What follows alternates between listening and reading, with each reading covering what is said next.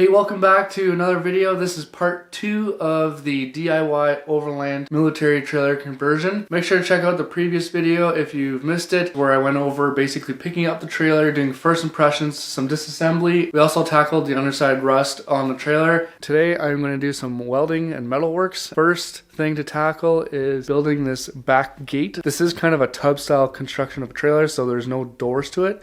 And what I really want to do is build an access door on the back of the trailer so that you can pull everything out. Another thing that I'm going to be tackling is replacing the tongue on this trailer.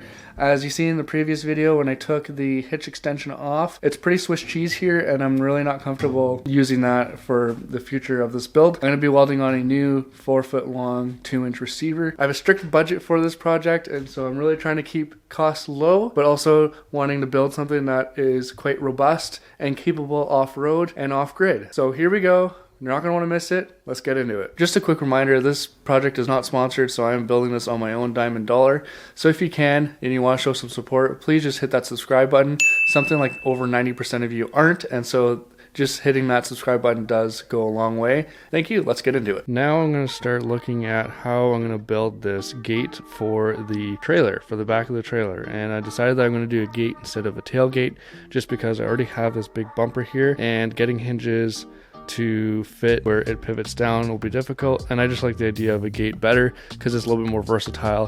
When you open it, it's additional surface to mount something and more functional. So I have a plan, and I've taken some measurements, did a little sketch, so let's take a look. This is like the rear elevation of the trailer, and as you can see, we got roughly 34 inches clear. I'm going to be using essentially the back of the trailer as the panel, but I have to build a structure to support hinges and the latch. 2 vertical pieces on the exterior, and then from within that, that's where my cut line is, 32 inches clear. From there is where I'm going to build basically my door. So let's take a look at here what I have mocked up. So this is the back of the trailer, and as you can see, I already cut out 2 vertical pieces. They're not really fit in yet because this is a rounded bullnose end, so I have to cut the underside of this round so that I can sneak it up in there nicely. And from there, I will weld those in and then make my cuts so that I can have an exact fit for the opening that I want. On the right hand side here, this is where I'm going to be installing my hinges, and these are some hinges I picked up off of Amazon. These are some heavy duty dump trailer hinges, and as you can see, there's a little Zerg grease fitting. There's the kind of U-plate that will get welded onto the first vertical piece here.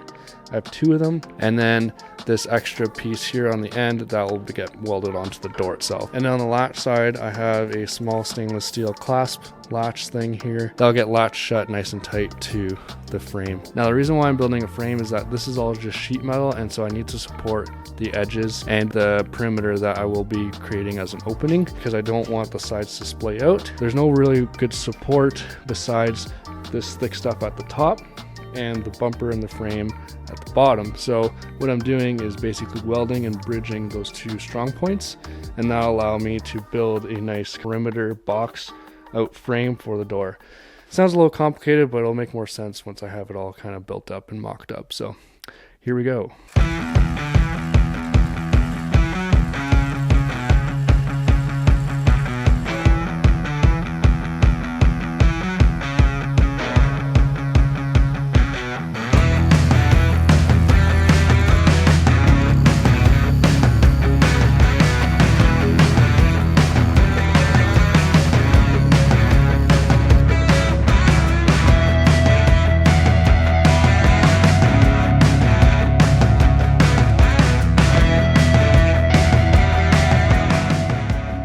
So essentially what I'm going to do is weld those into place, or tack weld them at least, and then use the vertical as guides when I'm cutting to basically cut open the door. Now I just like to say that I'm not really good at welding. I'm not going to claim that I know much about welding, or if anything about welding. I've been around welding my entire life, and actually this welder here, this unit, was my dad's. And unfortunately he passed away when I was 11, so you know, he was never able to teach me how to weld. But here I am for the first time getting to use his welder on this project.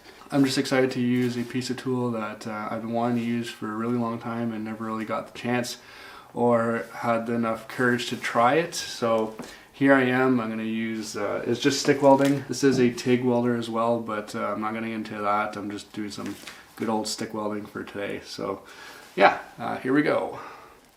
Yeah,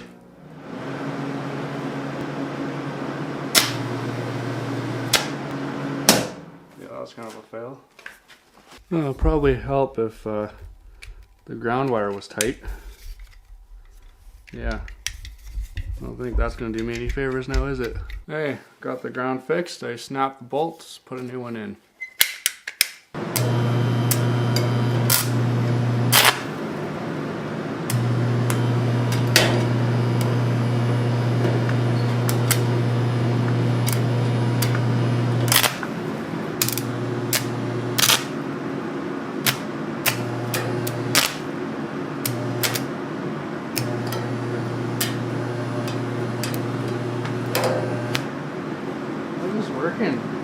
Alright, I gotta do some homework because this is definitely not as easy as it looks, or something's not working. It's a new day. I'm gonna try this welding thing again. I went back and did a little bit of research, and I was doing a lot of things wrong. Try this again, take 2.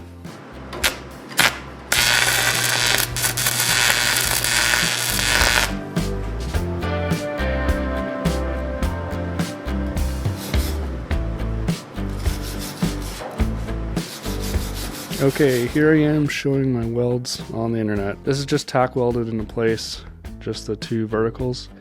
And it was kind of a frustrating process, especially as a beginner, not knowing what the gauge is on the metal up here. So I kept blowing through, and as you can see, there's a hole there and there's a hole there. So I'll have to figure out how to fill that. What's important is that I got 2 tacks in, the top and bottom, and they're cold, but they're holding. For most people who know how to weld, this is probably super easy, and this is not as easy as it looks. The other thing that's important to know is that these are all square. So that's square, and that's square.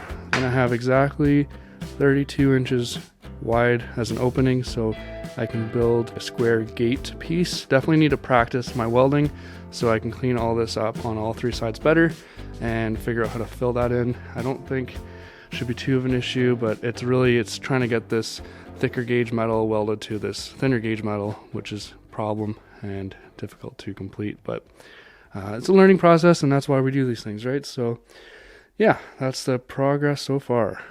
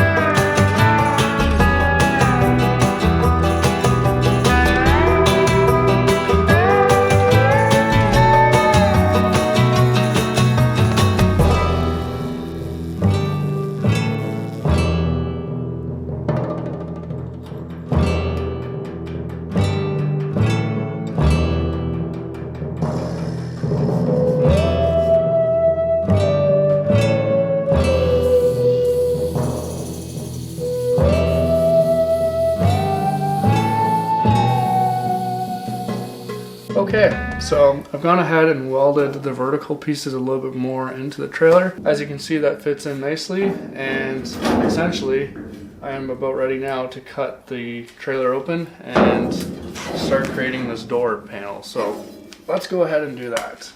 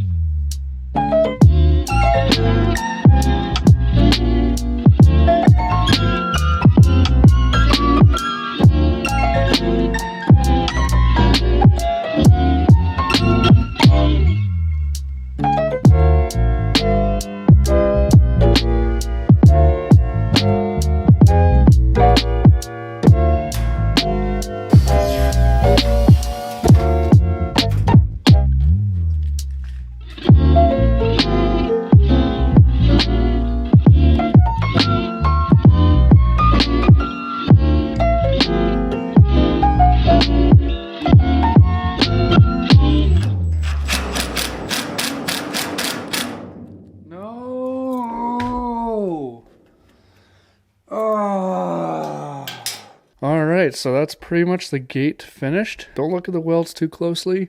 It was a real pain in the butt to get this nice and clean so that there was no holes and it actually held. What helped a lot is I got some 16-inch welding rod, some really thin stuff, and so that let me weld at a very low amperage and kind of get me to build that back up. Gate is installed. I got the hinges and the latch finished up here, stainless steel latch, and you can simply open it. Open the gate. Basically the panel that I cut out is riveted to the frame that I built, right?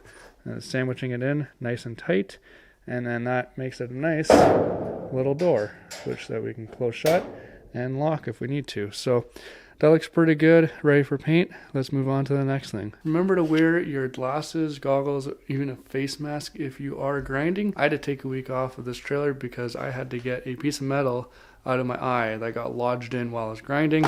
Silly me, I wasn't wearing my goggles and my safety squints weren't quite on right. So just remember safety first, because that really sucked, getting a piece of metal scraped out of my eyeball. So yeah, don't forget your safety glasses. So one thing I've been doing lots of thinking of is how to finish the top of this trailer. It's something I want to start planning early in advance because it will have a large impact on the future and kind of the look of the trailer. Now these things came factory with these hooks here, as you can see along the sides and the back and the front. Traditionally these things are capped off with a tarp and the drawstring goes around and you tie it nice and snug. And I think they did come with hard tops that pivoted upwards right there on the gas strut system, and that kind of allowed access from the side to get into the trailer. And then what I've seen other people do as well is just build a roof rack system and they put a rooftop tent on it. I do plan on mounting a rooftop tent to this trailer. It is too small to sleep inside, so the sleeping quarters will be something deployable. But that being said, I do want something that is enclosed and keeps everything inside the trailer safe from the elements, dust free. One thing I was thinking of that would be a best bang for buck, but maybe is a little too complicated to complete at home. My one crazy idea is to pick up a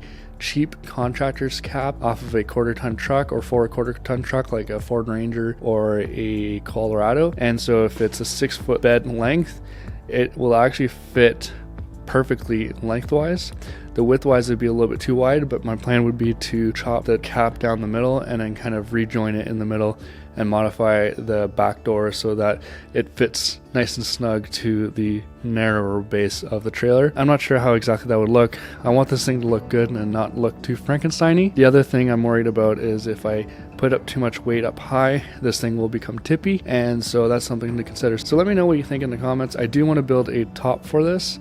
I'm not sure if it's going to be more of a slim based kind of pop up on gas struts. I can do that, or I can build my own cap of like sorts with wing doors and back door. Or do I go sort of this Frankenstein route of modifying a contractor cap? So let me know. Right now it's kind of all open-ended. I definitely value your opinions. All right, we got that gate mostly done, so now time to cut off this tongue and weld on a new one. Here we go.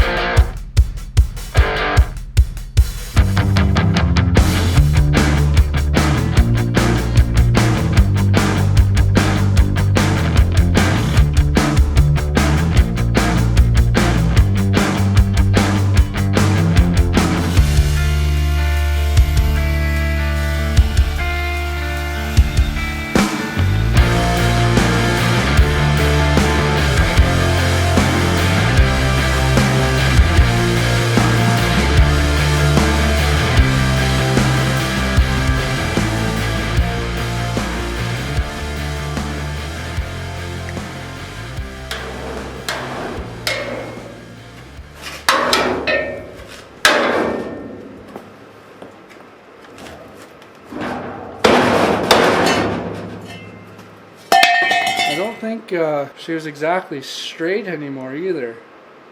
I don't know if the camera will pick it up, but there's a good bow to this. So glad I got a new one. Yeah, I don't know if it picks it up on the camera, but look at that. It was welded on really well, but I would definitely be worried about it snapping off at the end because that's where it's all cut and stuff. So, and you can see it's already stressed out because the piece of metal is bent a bit. I don't know what happened there, but glad we're putting a new one on. So this is the 4-foot hitch that I ordered. It's a 2.5 inch by 2.5 inch box, but accepts a 2-inch receiver. And as you can see, just an open box tube with a reinforced tip. And this one is 4 foot long. This is by Curtin Manufacturing. You can buy it off Amazon or other manufacturers or suppliers. And I've used this one before on a different trailer build and it worked really good. So here we are installing on this one.